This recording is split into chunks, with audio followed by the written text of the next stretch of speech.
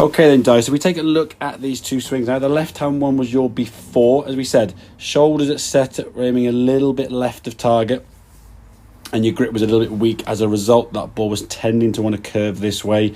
You then just used hand action and kind of manipulation, little micro adjustments throughout the swing to square that club face up. The problem was how much you had to do each time would vary, so the ball might still go to the right, the ball might go way to the left, or the ball might go straight, but you're not really sure where it's going to go, and the consistency level is going to be very, very low. So we're going to try and do, if we look at this right hand one here now, start off in kind of your neutral position. You can sort of see that sort of pebble skimming position you're trying to initiate there now. If we can get yourself in a better position, get that arm underneath, as you can see, we're going to start off normal grip.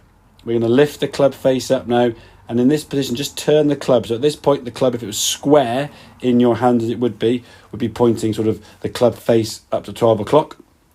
We're going to tip that club face so the toe goes a little bit to the left, get that club pointing towards 11. So when you put the golf club on the ground now, it is closed, and then what you do, you turn your shoulders here to square the club face up. So if you look at this position here now, your shoulders now more aligned, your right arm now more underneath. The fact we can see your left arm is an indicator that your arms and the club are in a much better position within your hands, which means now your club does not require manipulation to square up. So with that better setup as well, you're going to be able to turn much more. If we look at that position here now on the left, not a bad turn in fairness, but compared to this one here now, much more depth you're going to get. Once that shoulder gets back, we can see the right shoulder turning back here now.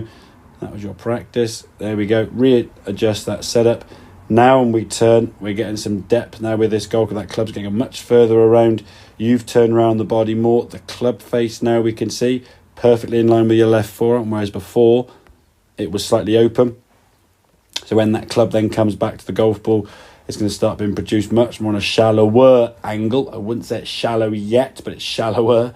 Club's coming more in line with target, striking the golf ball there with a square club face, and then the ball then just flying a lot straighter and a lot further to be saw. And you see yardage wise, getting up to that sort of 210, and I think maybe a yard more. Nope, 210 was that one there, yeah. But yeah, again, 210, 220, without feeling as though you're giving it a good whack. So improve that setup, get that spine angle tilted with this right shoulder down and under because of what you've done with the grip and the changes up here.